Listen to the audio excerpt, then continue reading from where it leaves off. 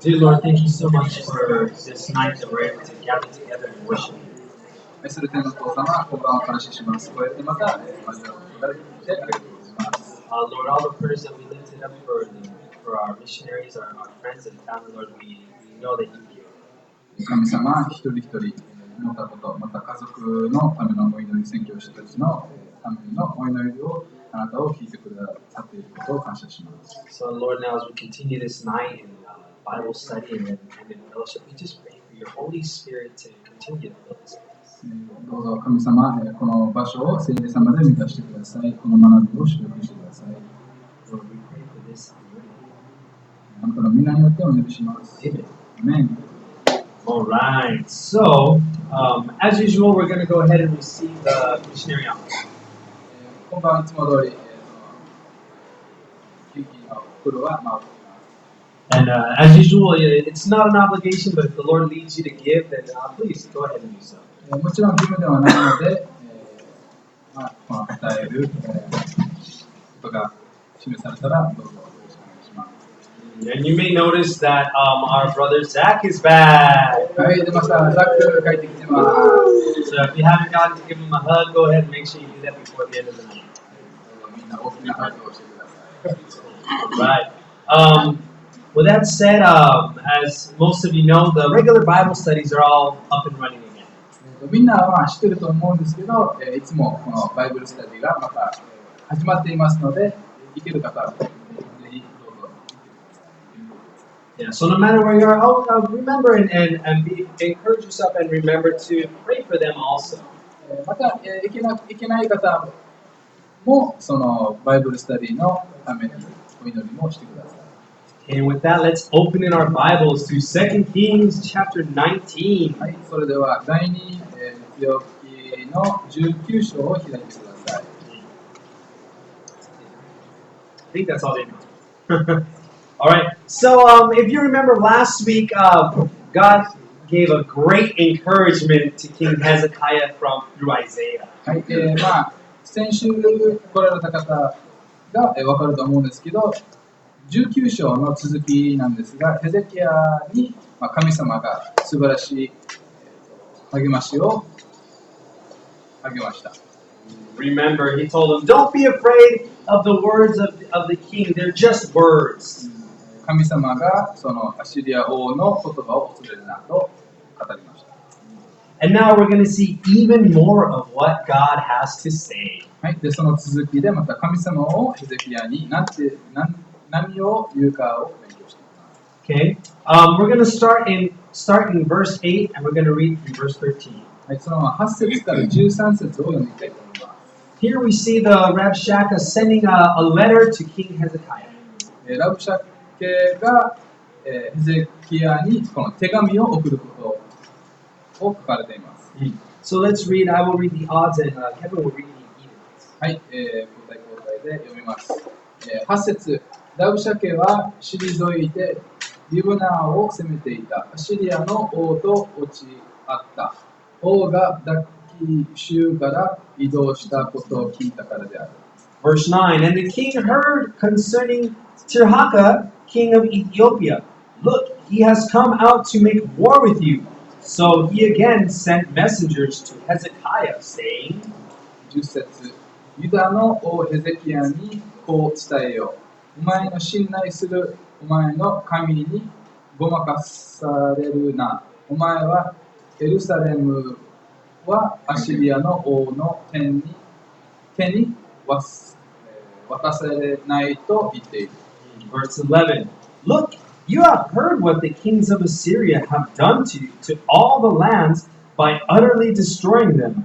And shall you be delivered? 12節私の先祖たちはゴザン、ハラン、レッツェフおよびテラサルにいたエデンの人々を滅ぼしたが、その国々神々は彼らを救い出したのか。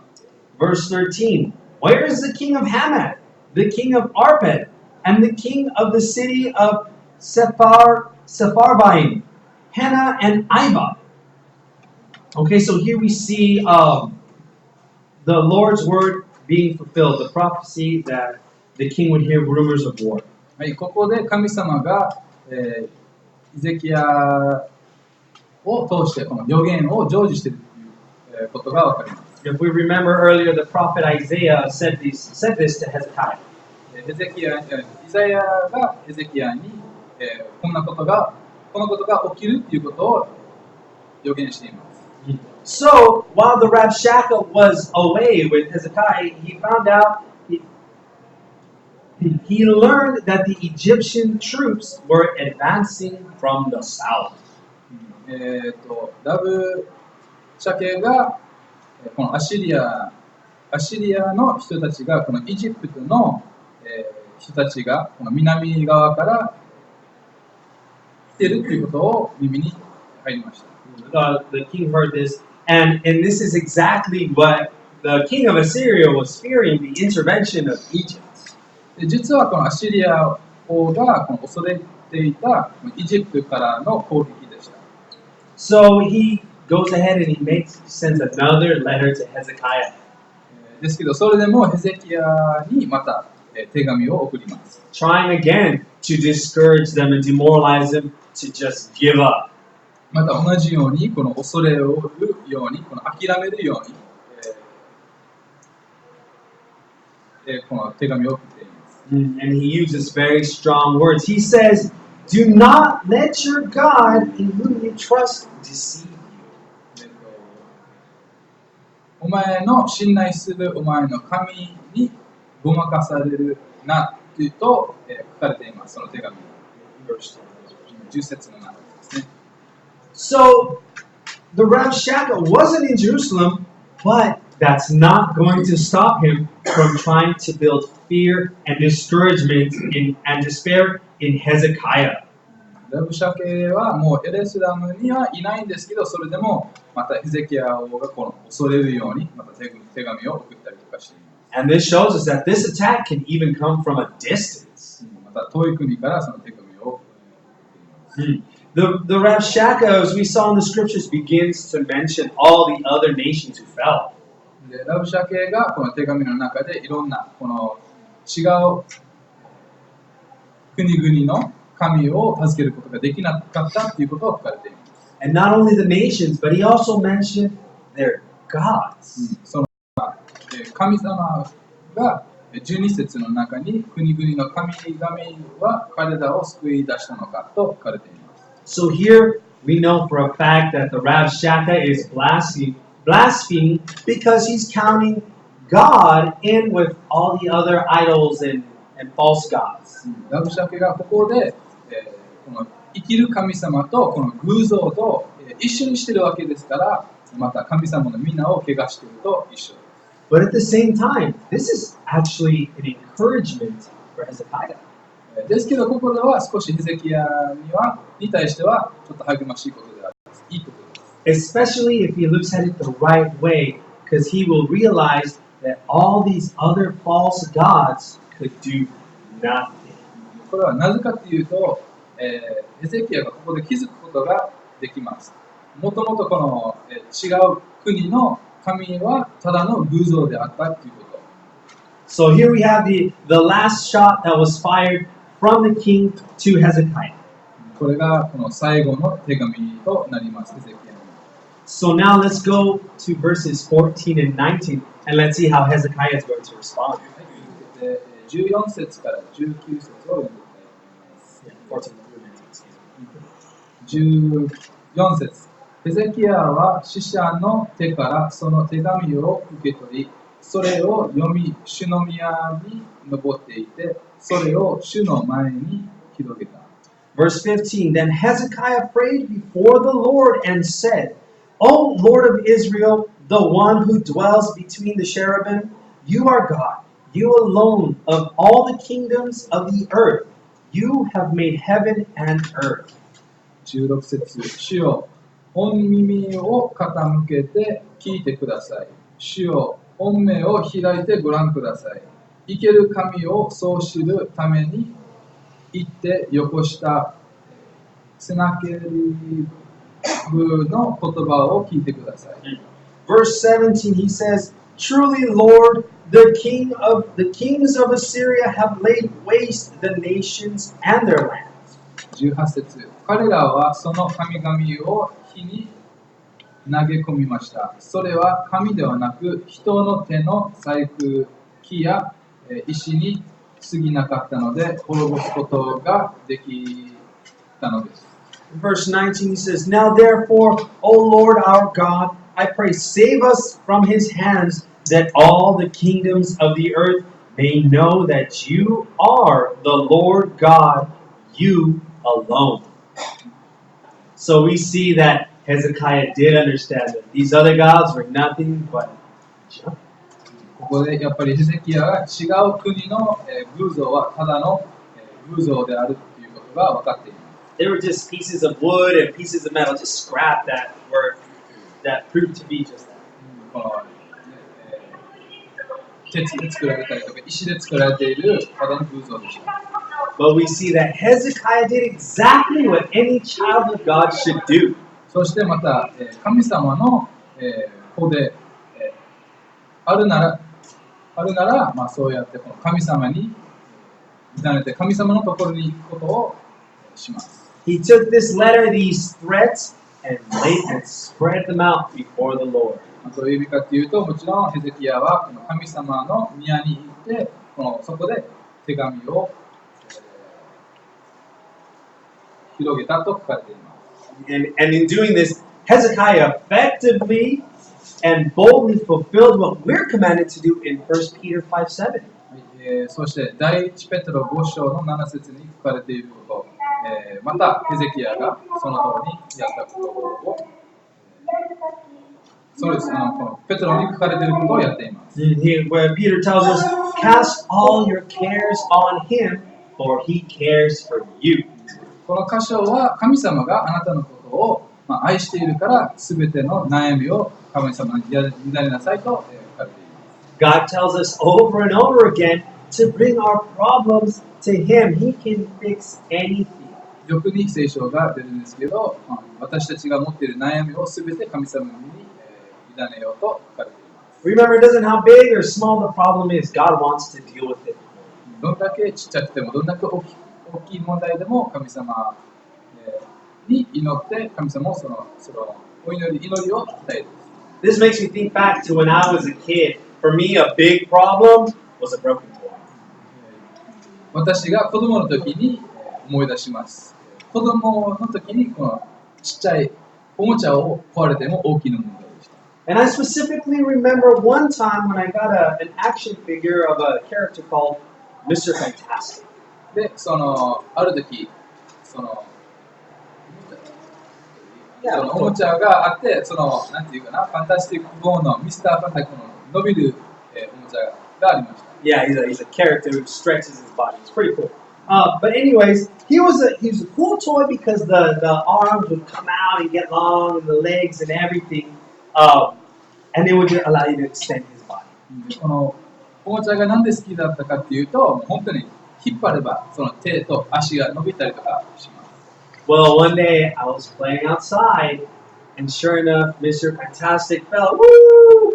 And broke his arm, and the arm broke. で、ある時に外で遊びながらそのおもちゃを落としてしまって、手を離れて壊れてしまいました。I literally only had that toy for one day, and it broke. もう本当にその1日買った1日だけしかなかったのに、しか持ってなかったのにすぐ壊れてしまいました。So I was sad. I felt so sad.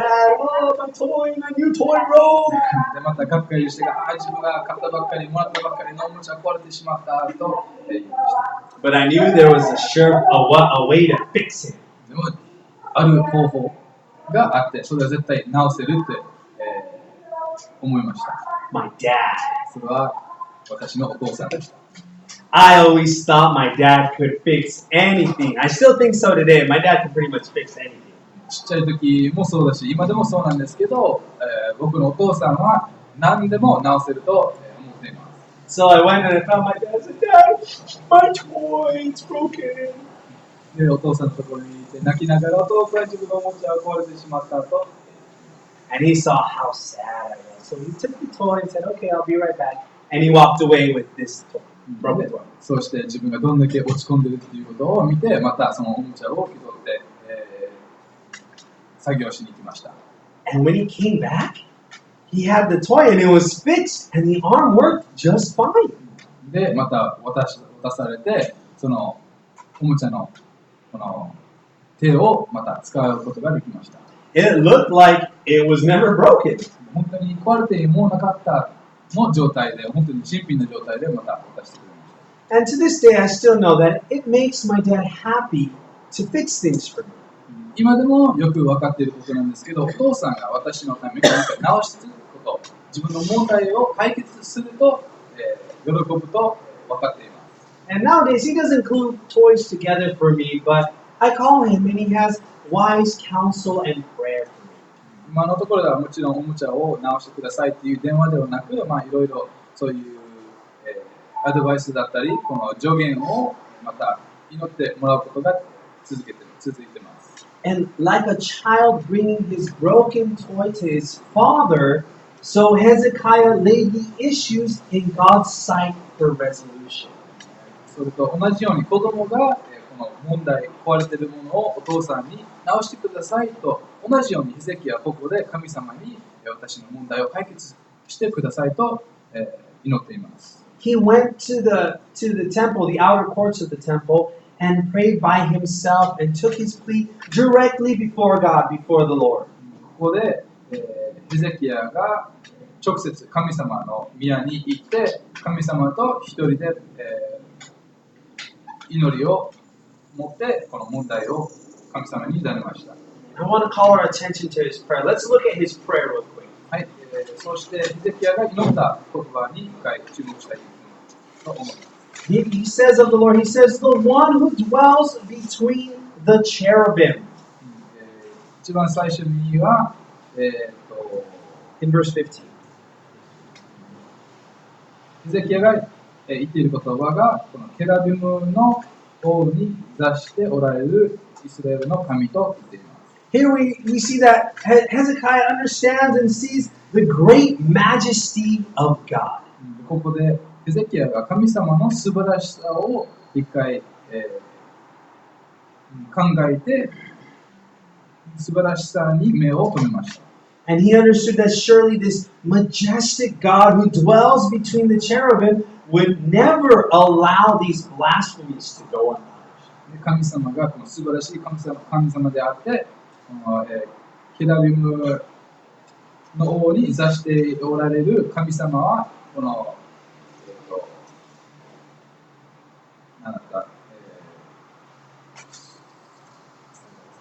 ラブシャケがこの神様が皆を怪我していることを、裁くと信じています。And in the rest of verse 15, you can see him giving glory and worship to God through his words. そして15節の続きでは、神様を礼拝して賛美していることがわかります。And then in verse 16, he begins his plea. そして、その後に16節で神様にその何をやってほしいかということを言っています。He says, incline your ear, O Lord, and open your eyes and see. 16節で聞いてください、主よ御目を開いてご覧くださいと言います。Hezekiah knew very well that the Lord did in fact hear and see these blasphemies from the Rabshakeh. もちろん神様はどこでもいて、また全てのことを聞いているということをヘゼキヤは分かっているわけですから、このラブシャケが行ったこと、神様をまた分かっているということも分かっています。And then he also, in verse 16, he says, hear the words of Sennacherib, the king of Assyria, which he has sent to reproach the living God. そして16節の中で生ける神をそ知るために行ってよこしたセナケリブの言葉を聞いてくださいと述べます。In his prayer, King Hezekiah drew the contrast between the living God and the false gods of the nations. そしてヘゼキヤがこの偽物の神様、偶像の神様と生きる神様の間にはっきり線を引きます。Remember, he pointed out that these false gods were not gods, but the works of man's hands, wood and stone, and they were not able to save even themselves from the Assyrians. 18節の中で、また神ではなく人の手の細工、木や石に過ぎなかったので滅ぼすことができたのですとヘゼキヤが言っています。But Hezekiah prayed confidently. He prayed confidently that the living God would save them. ヘゼキヤはここでまた大胆、勇気を持って神様に祈って助けてくださいと述べています。And we see that because he says to God, he says, "You are God, you alone." そして神様あなただけ生きる神であると言っています。And it sounds like a simple title for it's a simple title for our Lord, but it's probably the most powerful. で、この神っていうこと、神様っていう、名前は単純ではあるんですけど一番力強いでしょう。Hezekiah realized the most fundamental fact of theology. この、神学に、この一番簡単のこの神学をここでヘゼキヤが理解しています。And that is that God is God and we are not. それはどういう意味かというと、神様も神であって私たちはただ作られている神様ではないと、分かっています。Especially not the Assyrians or this Rabshakeh. でまたラブシャケもそうだし、アシリアの人々も神様ではないと分かっています。So right now, Hezekiah is praying in faith with boldness because he knows who God is and is now and now his prayers show it by his words. でまたヘゼキヤは大胆で神様に祈ることができています。なぜかというと、神様はどういう方、神様を知っているわけですから神様に祈ることができています。And we need to remember the same thing, not just in our prayer time, but in every aspect of our lives. でまた私たちも同じように神様はどういう方なのかということをよく理解して信仰を持って祈ることができます。I know some of us have had this problem, and in fact, the world has it now still. They treat God like he's a genie.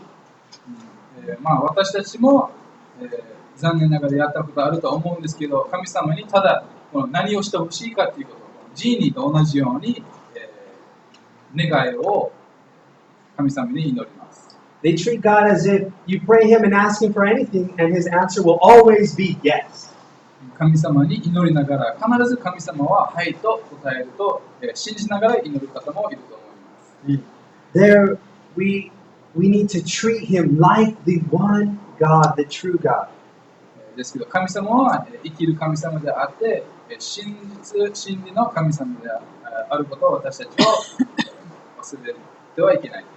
I remember when I had the problem, I was a little boy, and my mom told me I could pray to God for anything. また私がちっちゃい時にお母さんも神様にお祈りすれば神様に聞けば何でも答えてくれると言った時がありました。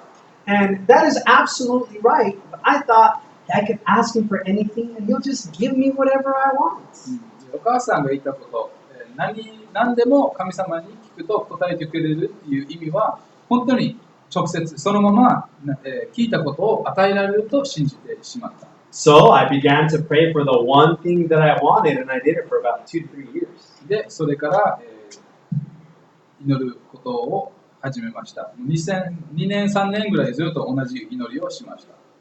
I prayed for superpowers. で、それは何を祈ったかというと、その特別の力を与えるように祈っていました。I wanted to fly and be super strong and control things with my mind. この、脳だけで物を動かすような力だったり、飛ぶことができるような力を祈っていました。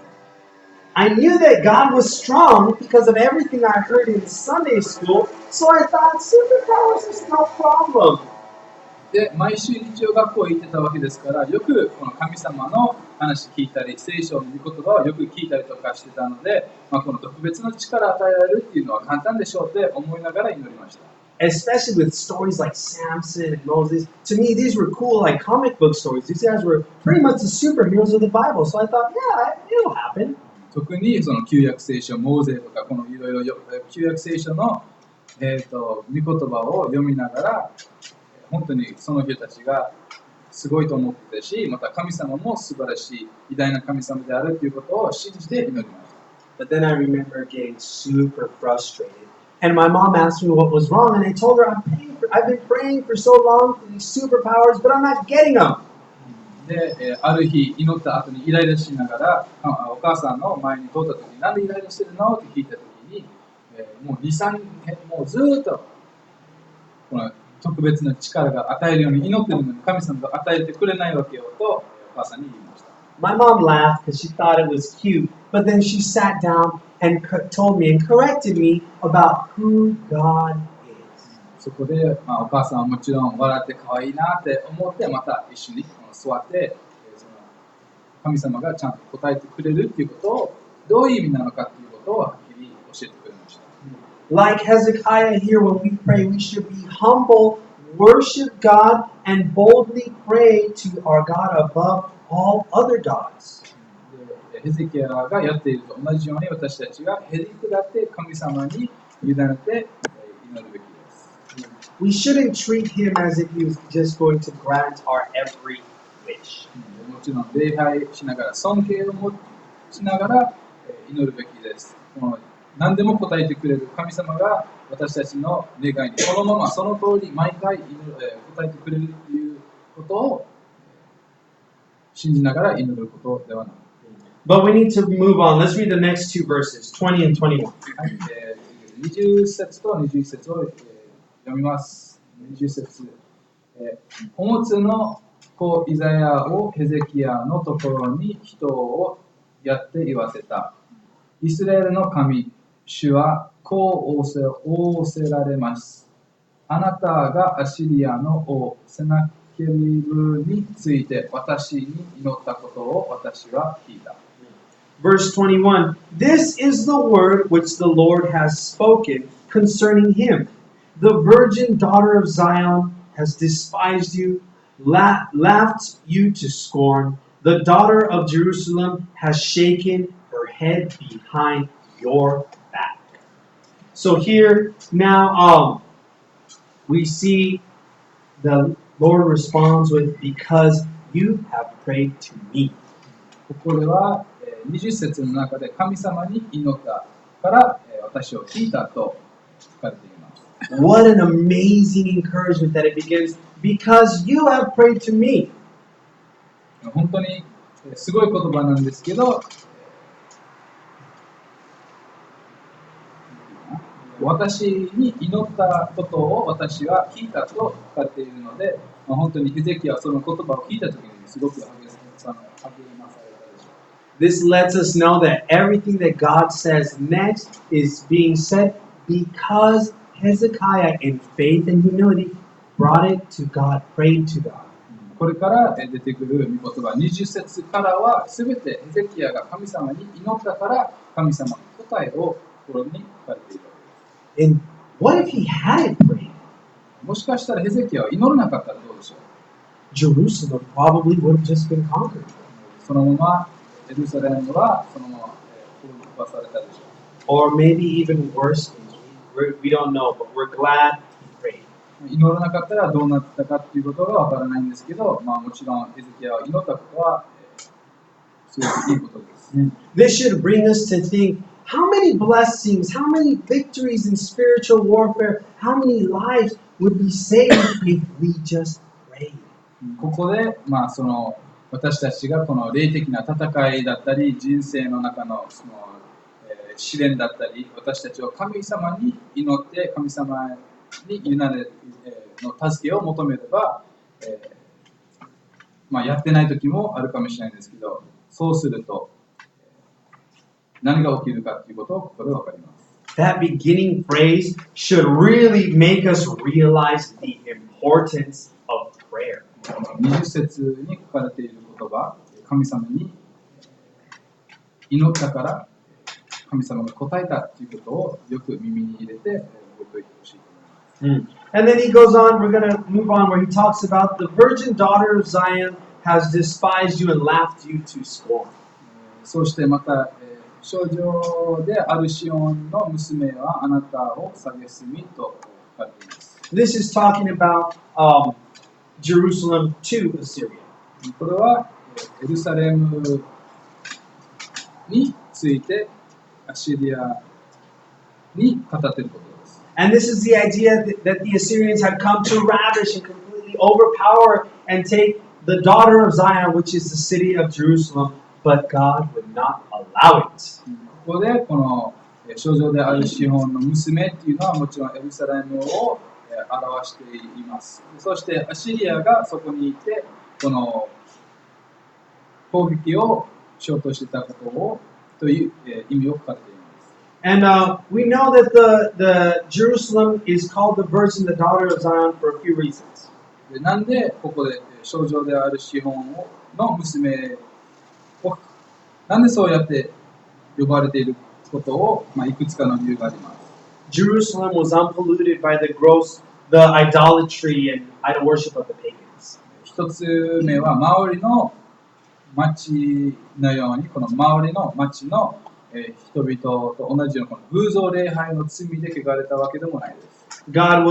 God is defending and will defend her from the ravishment or overpowering of the Assyrians. そして娘と同じようにこのアシリアからまた助ける、守ることの意味を表しています。And since the days of David, Jerusalem had never been invaded or conquered. そしてまたダビデ王の時代から征服されていないからです。Now let's see God directing His word directly to the king of Assyria and his representatives, 22 through 28. そして22節から28節、神様はアシリア王に、語ることです。22節、あなたは誰をそう知り、野のしたのか、誰に向かって声を上げ、高慢な目を上げたのか、イスラエルの聖なる方に対してだ。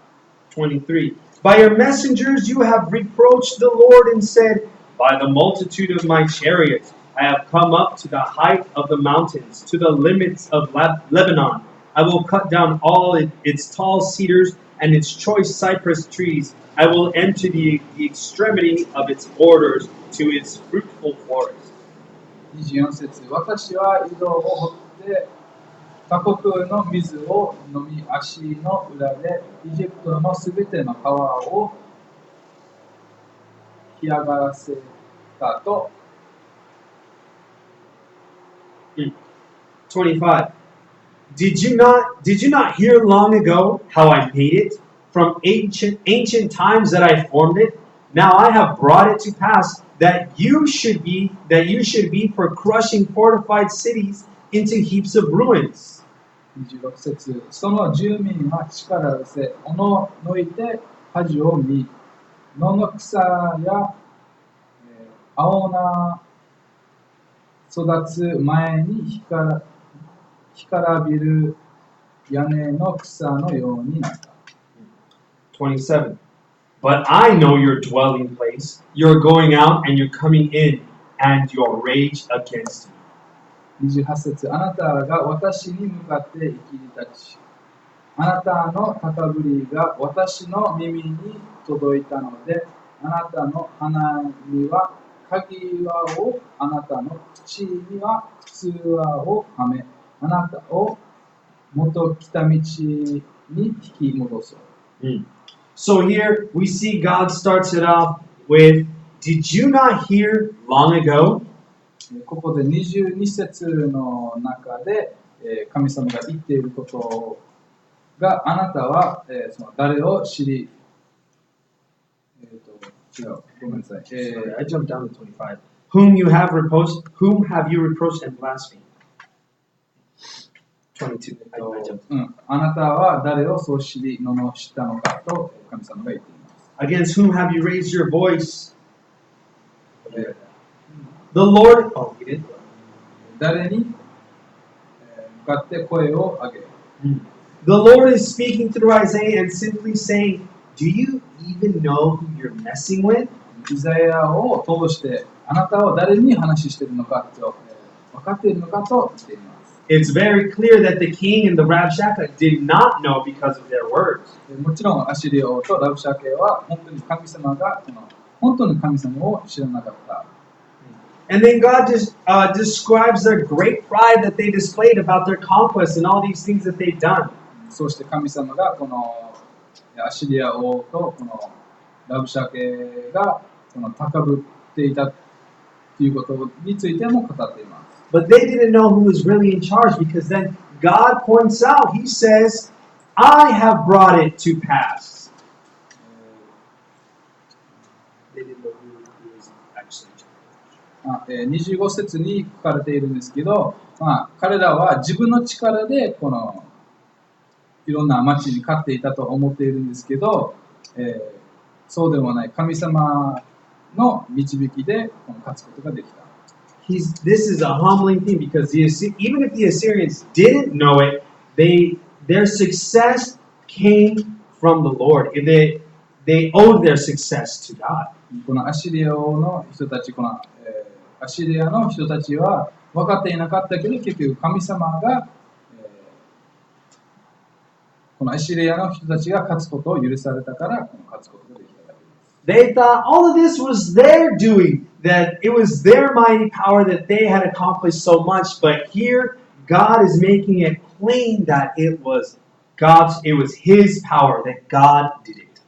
ここで神様が行ったことによって彼らは勝つことができたと、はっきり言っています。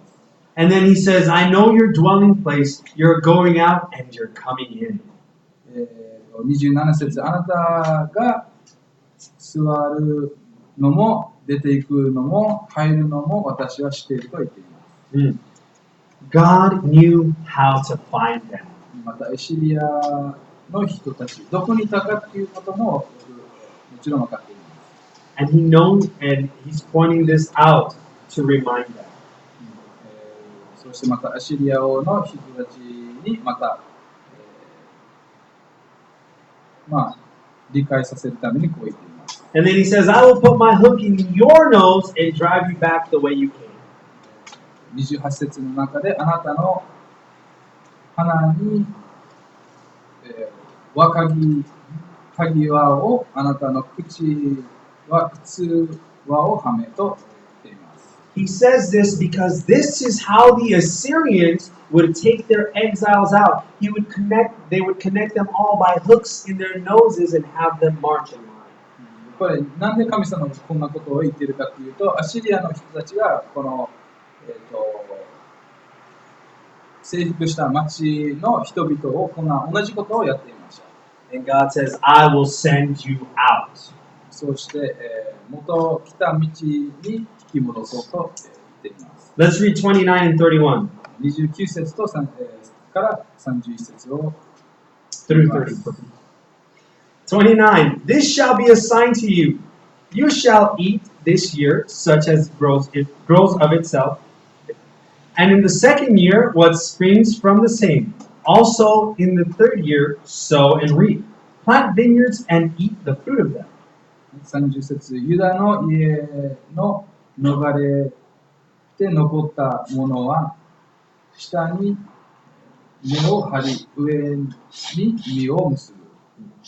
31 says, For out of Jerusalem shall go a remnant, and those who escape from Mount Zion, the zeal of the Lord of hosts will do this. So here, this is showing. God is now speaking to Hezekiah and saying that the Assyrian army will not conquer Jerusalem. こでまたヘゼキヤに言っているんですけど、アッシリアの町が勝つことができない、しないと言っています。To summarize it, it means that for 2 years, the people of Judah would not be able to raise normal crops because of the Assyrian presence, but would eat of things that grew without cultivation. まあ、簡単にまとめると、ユダの人たちはこの植物とかを育つことができなかった。この自然のものしか食べれないと言っています。And then by the 3rd year, they would be safe enough from any threat of assault that they could carry on normal activities like farming. でそうしたら、また3年頃には、また同じ、元通りに、またこの畑とかそういうのを平和で作っていくことができると言っています。And then he also says, "For out of Jerusalem shall go a remnant." エルサレムからの木のもの、残り物が出ていくと言っています。As much as the Assyrians would love to crush and conquer Jerusalem and Judah, they will not be able to because God will preserve his remnant. もちろんこのアシリアの人たちがエルサレムに勝ちたい、また滅ぼしたいんではあるんですけど、神様が見守ることが書かれています。Let's read verses 32 and 34. そして32節から34節読んでいきます。32節。それゆえアシリアの王について主はこう仰せられる。彼はこの町に侵入しない。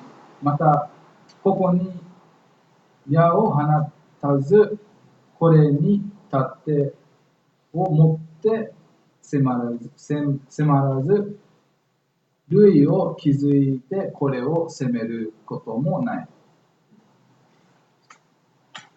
Verse 33. Yes, 33.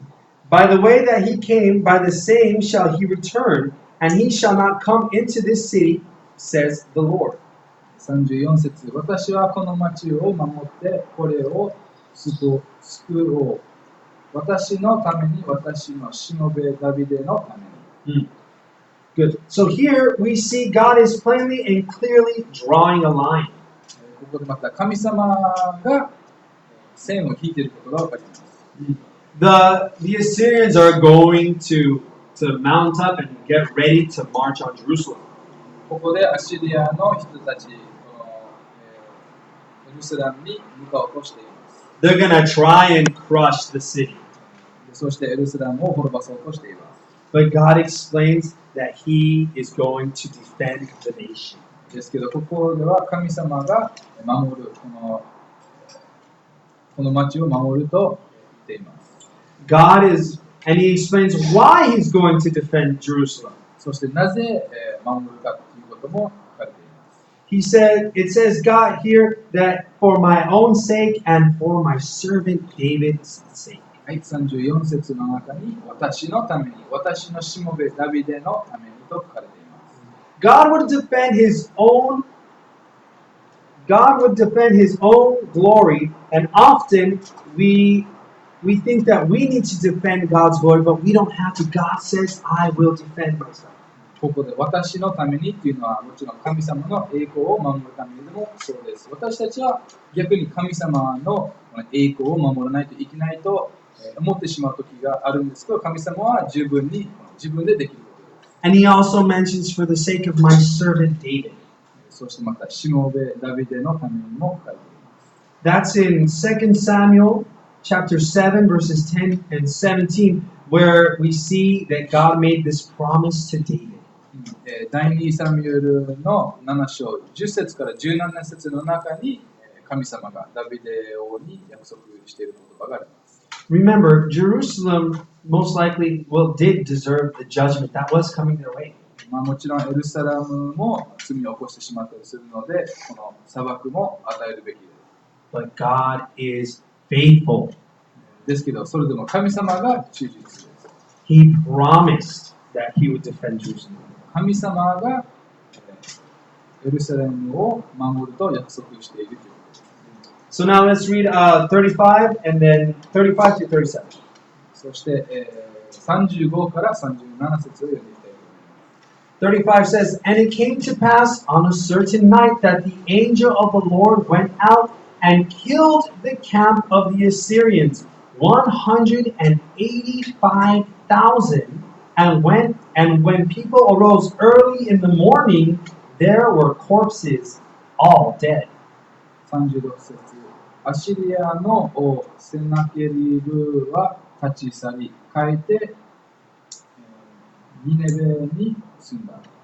Verse 37. Now it came to pass as he was worshiping in the temple of Nisroch, his god, that his sons Adramelech and Sharezer struck him down with the sword, and they escaped into the land of Ararat. Then Esarhaddon, his son, reigned in his place.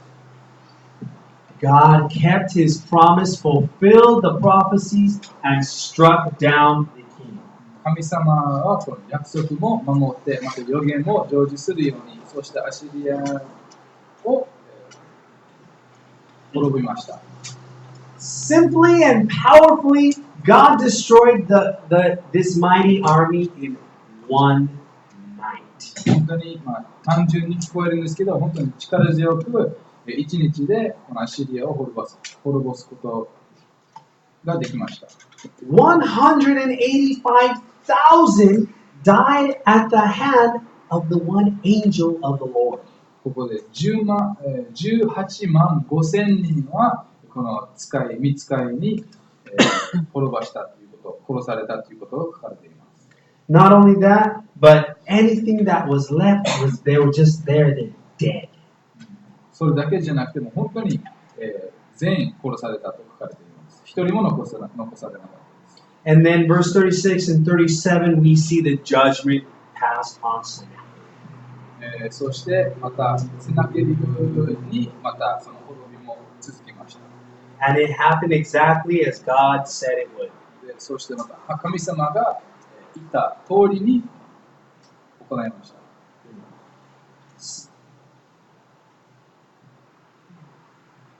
Between 2 Kings 19 and 36 and 2 Kings 19, 30, 37 and 37, 20 years had passed.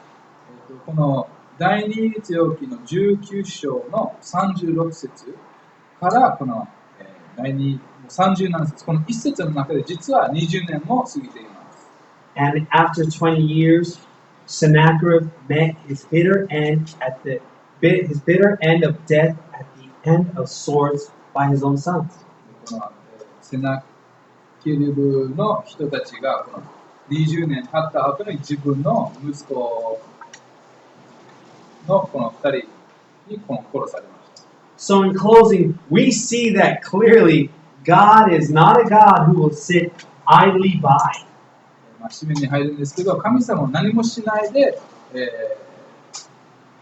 何もしない神様ではないということがわかります。この箇所を読んで。 God promised to pass judgment on the wicked and protect his people. 神様が悪者を裁くと、また、自分の民を守ることを約束しています。 And we saw he did exactly that. そうして神様が言った通りに、そのまま行っていることが読みました。 And for us, the awesome thing is that we, because of Jesus, are counted amongst God's people. そしてまた私たちも同じようにこのイエス様によって私たちも神様の民であるということを覚えてください。 So we should take encouragement from what's happening to Hezekiah. ですからヘゼキヤに起きたこと、神様が守ったことを私たちも励ましを通して受けることができます。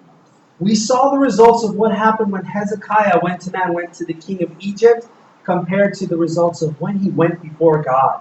18章の中にヘゼキヤがエジプトに行った時と、また19章の中でヘゼキヤが神様の見舞いに行ったところ2つを見てきました。 We saw that God is God over his people, God above all other gods, and God is the protector of his people. ここで神様にまたこの問題、また神様に祈りを持っていくと、また必ず神様が自分の民を守ることを見てきました。We should come before God with the same boldness that Hezekiah came, the same humble heart of worship, and the same understanding of God and who He truly is. そしてまた私たちも同じように同じ神様をしているわけですから、私たちも大胆になってまた神様の前に行って祈りを持つことができます。Because remember, prayer is so important, one of the most important aspects of our Christian walk, and yet most believers fail to see that. 皆さん、みんな忘れないでください。祈りっていうことは私たちのクリスチャンであって一番大切なことです。Remember, God says, because you have prayed to me. 神様が私に祈ったからと、この箇所に書かれています。God is faithful to answer. 神様が忠実な神様であって必ず答えてくれます。And He's faithful to follow through on His answers. 忠実なので、この約束したこと、また予言したことを必ず成就するようにします。When we start treating God as the true living God who hears and answers the prayers of His people, then our prayer lives will flourish. 私たちも尊敬を持って生きる神様に祈っていることを、また尊敬を持ちながら祈ると神様も私たちの祈りも答えてくれます。We will flourish and grow the same way that our love and understanding of Him does as well. また神様にこの祈りを持って関係を持つと、また関係も強くなります。So let's go before God in prayer now. はい。そしてお祈りします。Dear God, we're so thankful, God, that you are the one true God. 神様、感謝します。あなたが生きる神様であることを感謝します。私たちはあなたを知っていることをありがとうございます。God, the awesome encouragement that you hear our prayers, but you also answer them. 私たちのお祈りを聞くだけじゃなくて、また答えてくれることを感謝します。So God, I pray for us that we would have a heart of knowing who you are and just how amazing you are when we come to you in prayer. そして神様、また私たちもあなたの前にいて祈りを持って尊敬を持って祈ることができますように。So Lord, as we end tonight, I pray that you would just continue to encourage us and grow us in our knowledge of you. 神様、どうぞ、続けて今晩を祝福して、また私たちの心を清めてください。Lord God, bless the rest of this night's fellowship and as we go home as well. 今晩の交わりとまた帰り道も見守ってください。Thank you, God. We pray this in your Son's name. 感謝します。愛するイエス・キリストの皆によってお願いします。Amen. アメン。 All right, so we're going to go ahead and go into a time of fellowship. 交わりの時間を始まりたいと思います。 There's still drinks and coffee, and I believe there's still more snacks, but stay in fellowship and pray for one another. いろいろコーヒーとかお菓子まだあると思いますので、時間許す限り。And again, if you want prayers or need prayer, go ahead and ask one of us. We'd love to pray for you. そしてまたお祈り必要な方もどうぞ前に来て一緒にお祈りたいと思います。以上です。ちょっ